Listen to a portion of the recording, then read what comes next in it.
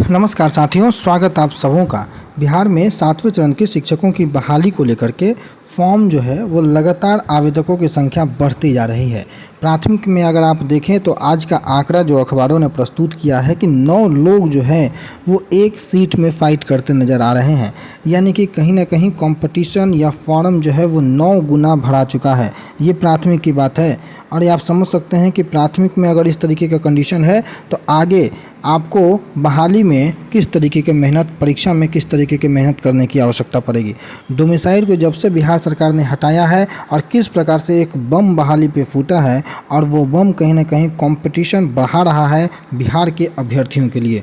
पूरी खबर को हम लोग देखेंगे किस तरीके से 9 लाख के आसपास का आंकड़ा पहुंच चुका है। कंपटीशन कम कैसे होगा, आपकी तैयारी कैसी होनी चाहिए, उसको जानने के पहले इस खबर को देखना अति आवश्यक हो जाता है। आज की अखबारों ने प्रकाशित किया है शिक्षक नियुक्ति के संदर्भ में कि 8 लाख से अधिक लोगों ने आवेदन किया है और 38.5% दूसरे राज्य के हैं। जो मैंने कहा कि डोमिसाइल हटा और बहाली में बम फटा, ये 38.5% का मतलब आप लगभग 40% का आंकड़ा आप निकाल सकते हैं। और अगर 8 लाख ही अगर आपने फॉर्म का आंकड़ा लिया है और इसका 40% आप निकालिएगा तो 3,20,000 फॉर्म जो होते हैं वो बाहरी लोगों का है। शिक्षा विभाग का ये कहना होता है कि पिछली बार मात्र 3400 लोग या समथिंग लोग जो हैं वो बहाल हो पाए थे। बाहरी लोग ज़्यादा नहीं होंगे तो ये अंदाज़ा लगाइए कि 3.20 लाख लोगों का आंकड़ा अगर आता है कि ये बाहरी हैं तो इसमें कितने लोगों का सिलेक्शन हो पाएगा या नहीं हो पाएगा, ये आप अंदाज़ा लगा सकते हैं। लगभग आधे लोग जो हैं, लगभग आधे लोग वो बाहर के हैं डोमिसाइल हटने के कारण। हालांकि बिहार सरकार ने बाहरी और अपने राज्य के लोगों के लिए जो आरक्षण संबंधी मुद्दे हैं उसको भी क्लैरिफाई किया है कि बाहरी जो भी लोग हैं वो जनरल के सीट से फाइट करते नजर आएंगे। लेकिन प्राथमिक की जहां तक हम बात कर लें, रिक्तियों से 9.3 गुना अधिक आवेदन आ चुके हैं। वहीं माध्यमिक की बात करें तो 1.8 गुना अधिक आवेदन माध्यमिक में है और उच्च माध्यमिक में तो 32% आवेदन कम आए हैं।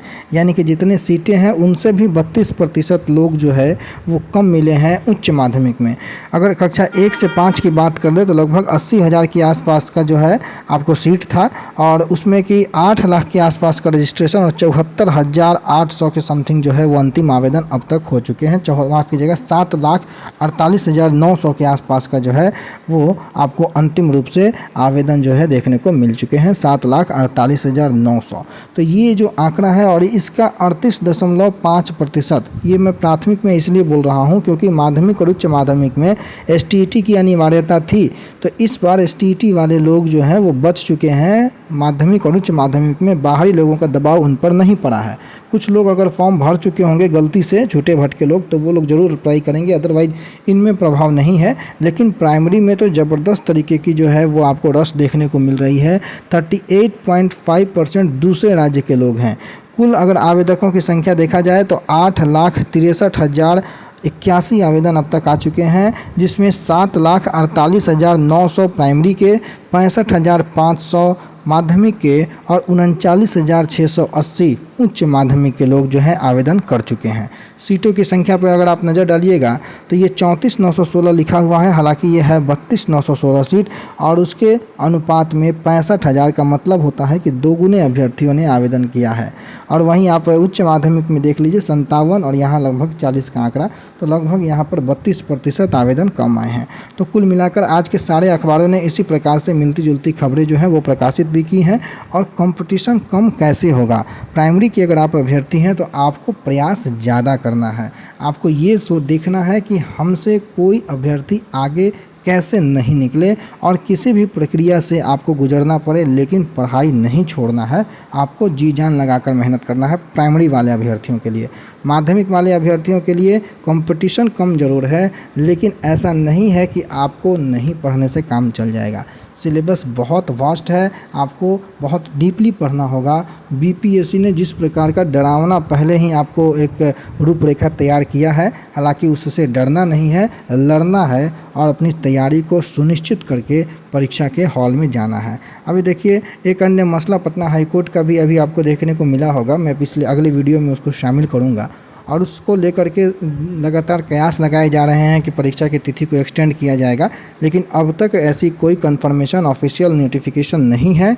इसलिए आप 24, 26, 28 जो अगस्त वाली जो तिथि है उसी को सही मान करके अपनी तैयारी को अंतिम रूपरेखा दीजिए। पूरी तरीके से प्रैक्टिस सेट लगाइए, रिवीजन पर ध्यान दीजिए और प्रयास यही रहना चाहिए कि किसी भी प्रकार से प्रश्न ना छूटे और गलती ना हो, क्योंकि 5 ऑप्शन और निगेटिव इन सब चीज़ों के साथ परीक्षा हॉल में बैठना आसान काम नहीं होता है। लेकिन आप एक अभ्यर्थी हैं, आपको हर परिस्थितियों का सामना करना बखूबी ढंग से आना चाहिए और कम करें, सही करें, सटीक करें, यही एकमात्र उद्देश्य लेकर के आपको जाना होगा। बाकी समय के साथ जो भी अपडेट्स आएंगे आप तक पहुंचाते रहेंगे। फिलहाल के लिए इतना ही, धन्यवाद।